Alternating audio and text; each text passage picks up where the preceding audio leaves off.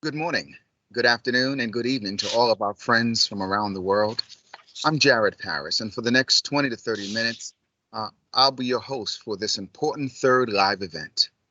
In the morning of February 24th, the lives of Ukrainians changed forever.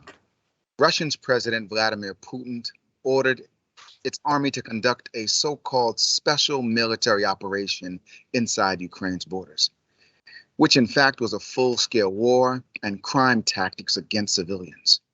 From that moment, and with a great cross and sacrifice to many people, the lives of Ukraine and the world began to band together to help defend the very meaning of natural sovereignty and democracy.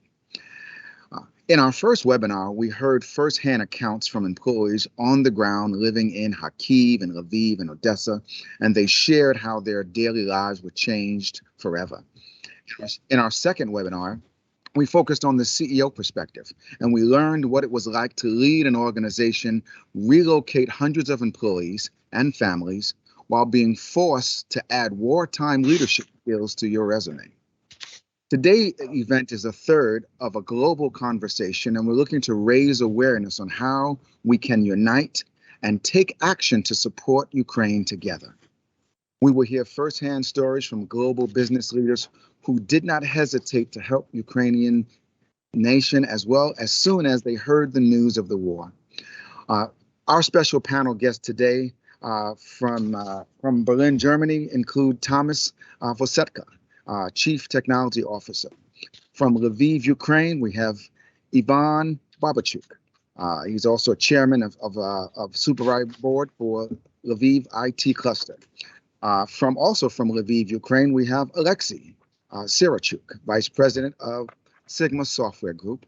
And from the U.S., we have Sergio Varela, VP of Operations and Business for Intellias as well.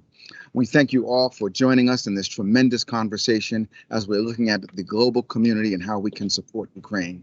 People are at the heart and soul of any business.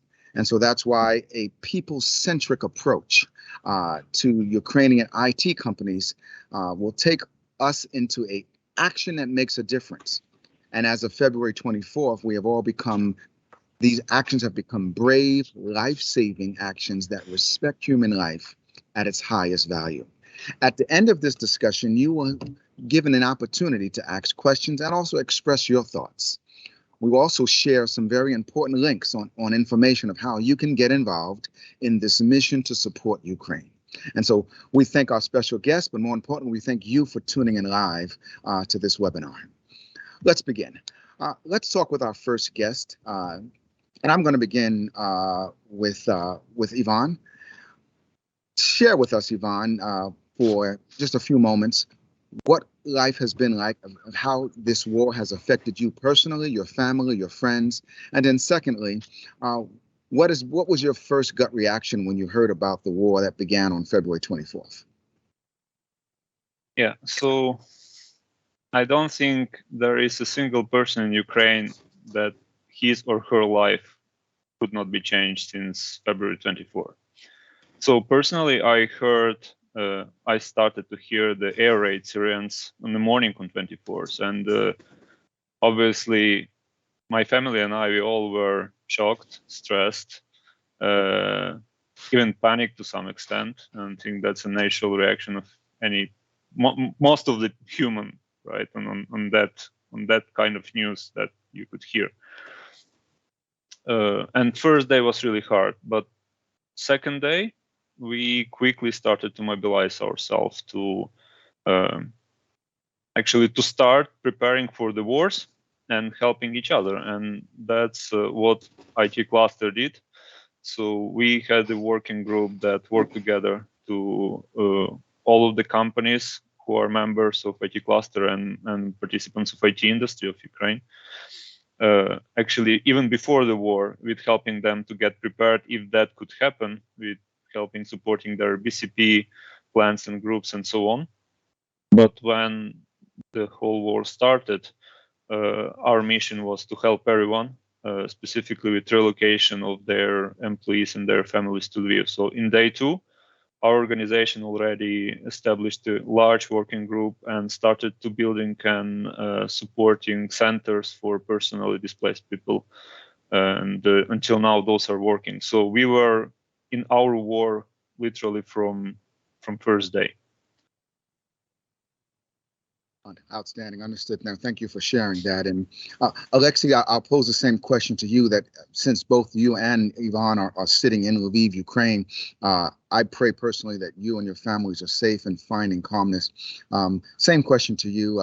How has the war impacted you personally, your family, your friends, and what was your first reaction on February 24th when you heard the news of the war? Thank you, Jared. Yeah, everything has changed for me and all of my friends, actually. When I got a call early morning on Thursday, 24th, I was actually pretty ready that something may happen. We all were preparing, but of course we never expected the scale of what happened. And basically it reached me fully mobilized to get fast to the office. And since I was in a relative safety, my whole thoughts were about people who are on the eastern part of Ukraine. So the whole team, which was responsible for evacuation, was already here in the office at 6 or 7 in the morning, started to inform people, and it's actually starting a 2-week marathon where 20 to 40 people work 24/7 to get people to a safe place, to share accommodations and new workplaces for those who were evacuated, and arranging all the necessary support for both employees, their families, and all the people around. So I can hardly distinguish day 1 from the day 20, I would say, but it was a kind of marathon. And I guess now most people are in relative safety, and we keep up moving forward. Well, thank you for sharing, both of you, for sharing your stories with us and being here today as you are still at ground zero of this particular situation. And we understand that Ukraine is still a global community. There are millions of people who have relocated their homes from other areas and now living in Ukraine. And so this message of having a global support is important, why we wanted to share this. We know that there are companies that are going above and beyond to support Ukraine. And so this awareness of what's happening on the front line is so important. I've read one company is leading a travel companion platform, and they're offering information about free transportation. Another Polish company is offering their facilities as a temporary hosting for people fleeing the war zone. Many companies have stopped operation, delivery, and service in Russia, while also increasing and growing their business partnership with Ukrainian companies. And then another company is offering free bonus pay to their teams to overcome the current situations and support them during the relocation. So this is really a global effort, and we are looking to bring awareness and expansion to that global effort as well. My next question I'll pose to you, Tomas. As the war has progressed, what actions have you taken to support Ukrainians, and whether that be relocation or accommodations, operations? Share with us what you've been doing. Yeah, thank you for the question, and thank you for having me. I would also start by saying, like, morning of the Thursday, the 24th, I would remember forever, because I couldn't believe something like this would be happening in my life, and especially in Europe. So that was the start. And from the very beginning that we immediately heard about the news about what's happening, about the Russian government and Putin's kind of invasion into Ukraine, we are thinking about what can we do to help? Because we have partners. We partnered for many years with actually Intellias. We know we have I think we have friends there. We have people that we've been working with for years. It's not like hire and fire show. We have a long-term relationships, and we were really trying to think about what can we do there. So things that we did, we immediately set up Slack channels. We set up daily calls with people in Ukraine. We had everyday kind of sync up, trying to understand what's happening and getting some kind of input and information about where can we help. I think all of us started by donations. I don't know anybody who wouldn't go in one way or another way to start support, at least this way. And I would say number one priority for me was to ensure that we are committed to the company, we are keeping the relationship, we are keeping working, and we are doing whatever we can to support. Things that we did, for instance, maybe it sounds like silly, but we dropped our payment conditions. We pay all the invoices at site currently. Anything that comes immediately, we're going there without any more questions. And we used to have some interesting conditions that we dropped fully as a company.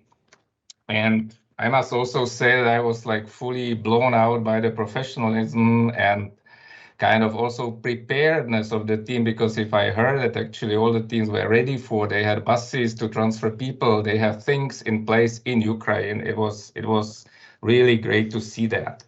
So what we did, we were helping people to travel, helping people who could leave Ukraine. We were supporting them. We have a bunch of our colleagues which escaped or moved out of Ukraine. We helped them find housing. We actually moved some people from contracting, freelancing to full-time employment as well to help them settle up in Berlin and in Prague and in other cities. We actually, some of our friends that we supported, again, mostly financially, started shuttle service, kind of. They took their cars and started going to the border and back and helping people to actually get out of the border into Poland, Germany, Prague.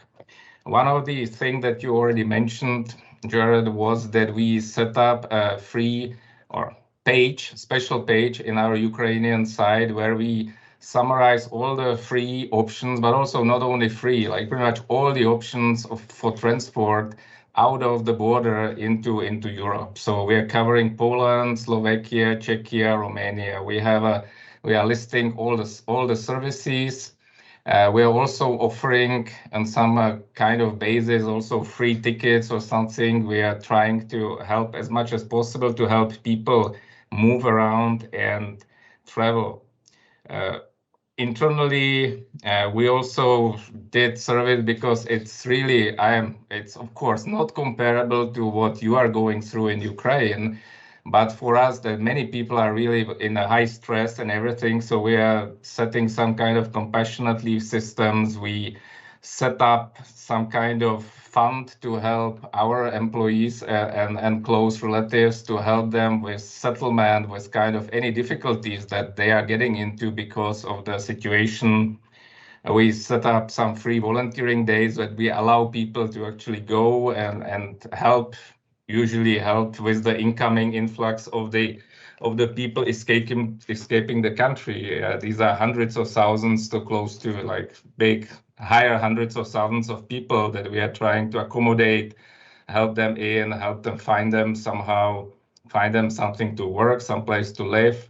There are people who are sharing their flats, there are kind of rooms, they are taking people in as much as they can.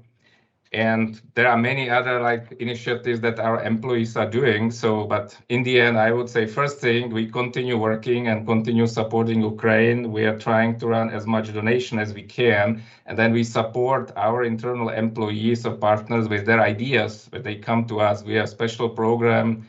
We set up another channels in the company where we actually collect ideas and support them as much as we can to help our Ukrainian partners, or generally anyone in Ukraine, through this difficult situation.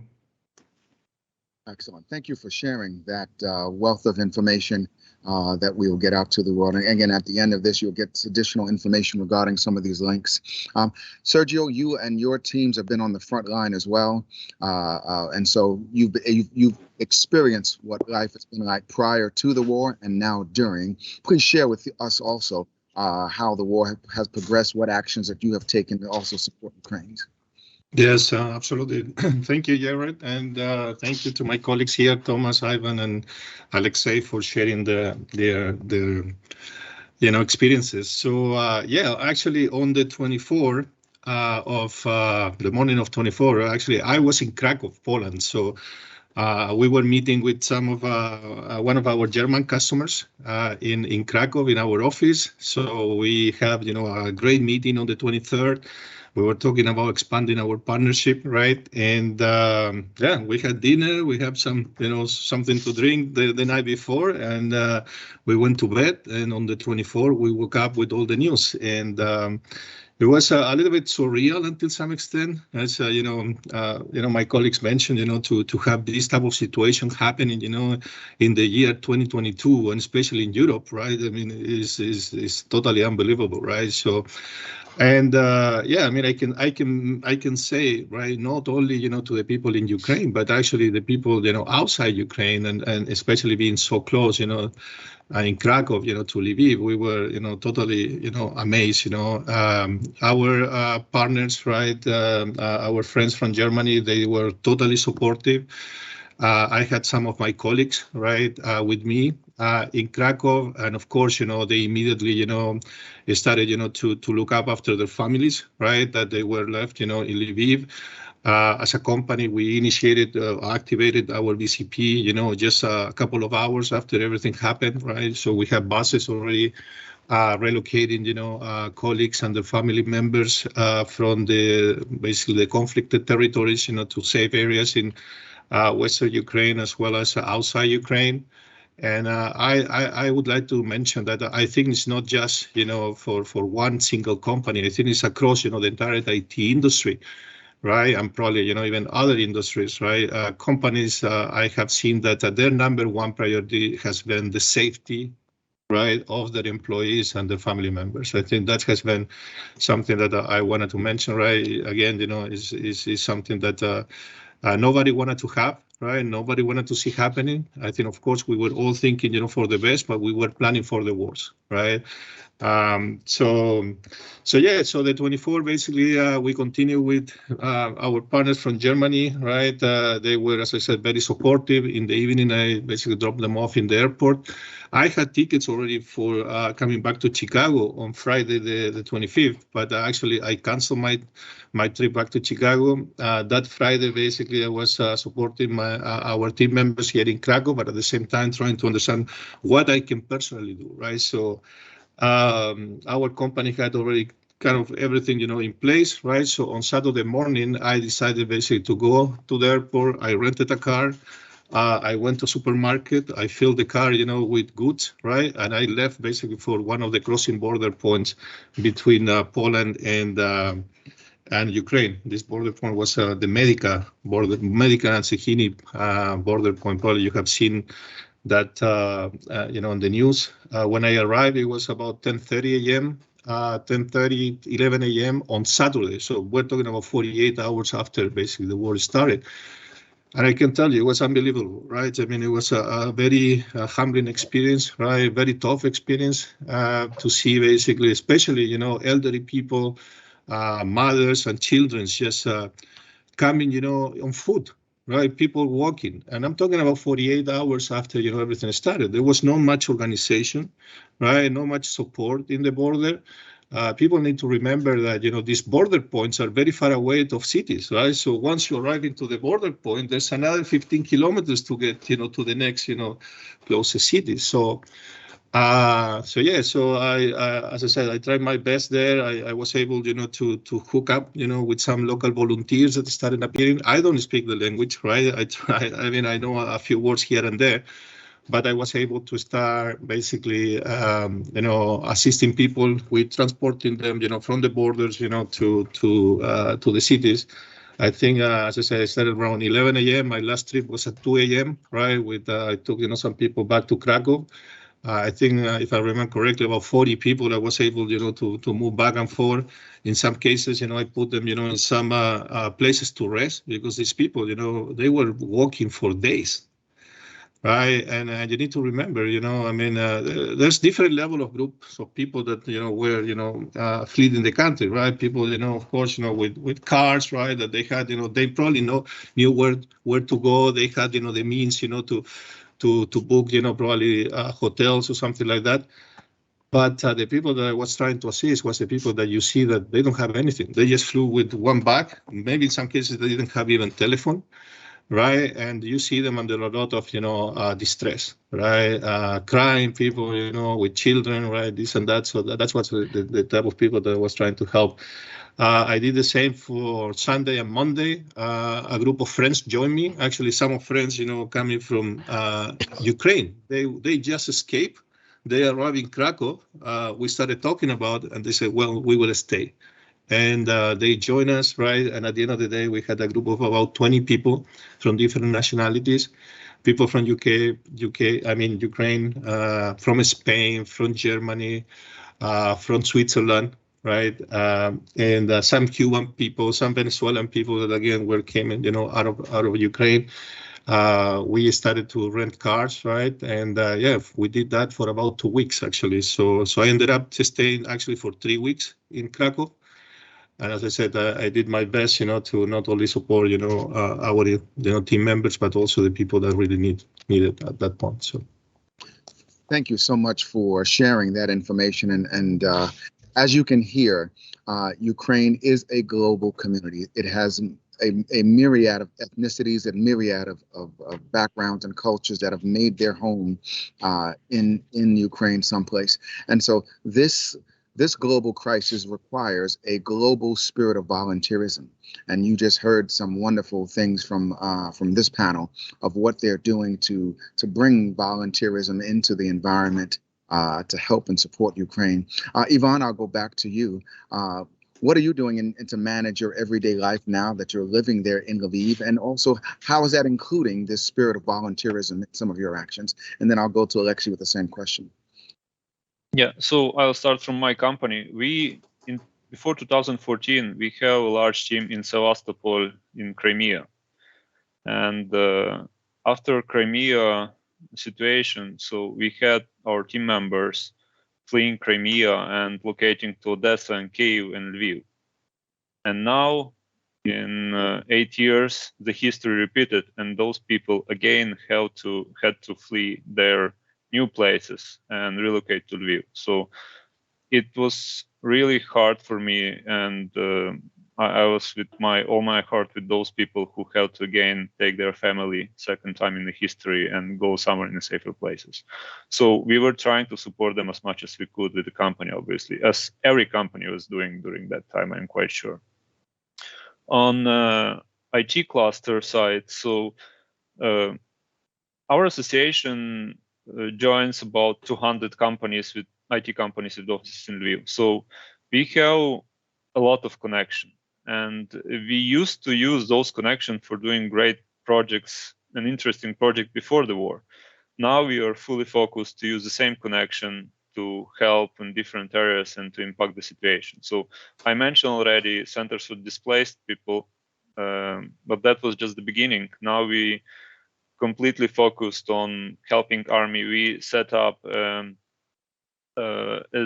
aid center in our office in IT cluster where we accumulate different goods from volunteering organization and distribute them towards the places where they are needed to the army and to civil people. At the same time, we joined forces with many talented engineers from our members of IT clusters.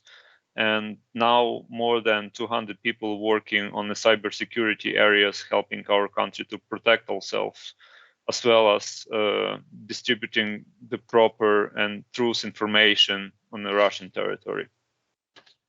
We had a couple of initiatives to help people, our country on the economical side. So we started an initiative Pay Taxes Forward with asking companies and people actually to pay their taxes now, so our country can properly use that funds when in that very moment when they are really needed. Many people, obviously, more than 200,000 people moved to Lviv from Ukraine and staying here. And most of the IT companies, they also relocated their employees to Lviv. So we are trying to help with managing the resources and sharing resources among the companies. So they are not competitors anymore in this situation. So we are all colleagues now. So we are sharing offices, we are sharing locations, we are helping to each other, and you can easily get to an office of any company in Lviv and you'll definitely spot people from absolutely different companies working on their premises. So, and probably the very last what we did, we get in contact with the Starlink and manage a large distribution of Starlink setups to Lviv, where we'll be just kind of helping companies to be protected from connectivity side, just to make sure they can continue operation if there will be any issues with connectivity. But as well as companies purchasing those Starlinks, they are also donating Starlinks to governmental organizations, to army, to other places where they also need connectivity. So we are helping everyone around, and as well as trying to keep our business afloat and just preparing for situation if connectivity issues could happen, which we hope they will not.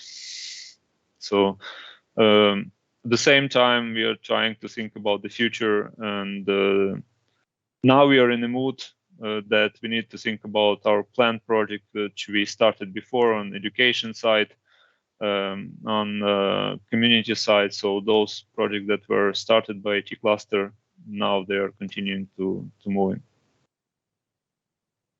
Well, thank you for sharing those tremendous efforts. And to those in our global community, as you can see, there's a tremendous need to make sure that the economy of Ukraine does not collapse. And so we're thank you for those kind of efforts. Alexei, same question to you in our closing moments. How are you managing everyday life being on the ground there? And then how is that also bringing out and including volunteer actions from you and your side? Yeah. Even though, like, the first days we were aimed at bringing people to safe place, and we arranged multiple buses and evacuated thousands of employees and 2,000 or 3,000 of their family members and pets to the western part. And also all the people donated a lot to the army, and during the first days, which we also doubled as a company, and 10 million hryvnias were forwarded to the army. But then we realized that army started to get support from all over the world. And as Sergio was saying, lots of people were requiring help immediately and everywhere in the country. Therefore, all the people who were arriving to the West, they joined different volunteering organizations. Some were volunteering on their own, unloading humanitarian aid, helping with logistics, bringing it back to the combat areas. Some still are staying in Kharkiv or Kiev or Odessa and bringing food and medicine to the shelters, to hideouts, and doing it on a daily basis. Sometimes even keep up working at the same time. However, we as a company also felt that we could speed up even more and arrange a fund which was primarily focused on bringing help to people in eastern areas also. Both our employees, our clients, and people from all over the world were engaged into this fund. I guess the links would be shared. And we keep up with evacuation. It was not actually an easy task to find transporters and bus drivers who were brave enough to drive under bombardments. So it was a real challenge with logistics all the time. And we keep up doing this even now. We also consider, and then we started to actively collaborate with IT cluster here in Lviv and other organizations, because it feels like building a network of volunteering organization and helping people immediately when the help is needed is a key right now.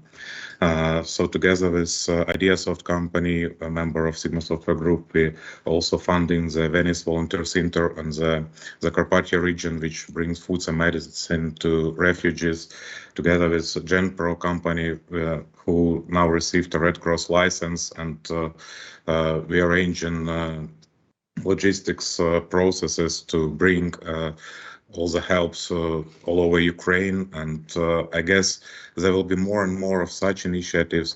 But of course, when during the first 2 weeks, you know, it was an adrenaline wave. Everybody was working 24/7. But then we realized that this situation will keep up for an extended period of time, and you can do everything. So people, after some period of time, required some rest, both psychological and physical rest. And now I would say that there was a strong call from our president, Mr. Zelensky, as well, that we also need to keep up the business as much as we can to support the country economy. So most people selected some areas of volunteering which they are best in and which they can see the value most, and it can be either IT army support, it can be humanitarian aid delivery, it can be just doing some extra work for their colleagues when they are urgently called for some volunteering actions. But what I can see is that we have a strong will in helping each other, and it's everybody contributes to the victory and to the success, and that's what helps us to keep up strong and to see that we are all united as never before. Absolutely. We are united more than never before. Thank you, Alexei, for sharing those valiant volunteer efforts and again, sharing what it is like now to be in a day in a life, in everyday life for the Ukrainian people. To our global community, to our global family, how can you get involved? We know that is always the question that everyone is asking. And first of all, why should you get involved? Because the reality is we're only separated by a minimum of 5 or 6 degrees, 6 degrees of separation. If you've done business with Tomas, you're connected to someone in Ukraine. If you've done business with Sergio, you're connected to someone in Ukraine. If you've done business with Ivan, you're connected to someone in Ukraine. If you've done business with Alexei, you're connected to someone in Ukraine, which means you're connected to a mother, to a father, to a child that's in Ukraine. So how can you help? Number one, remain a partner to Ukrainian companies.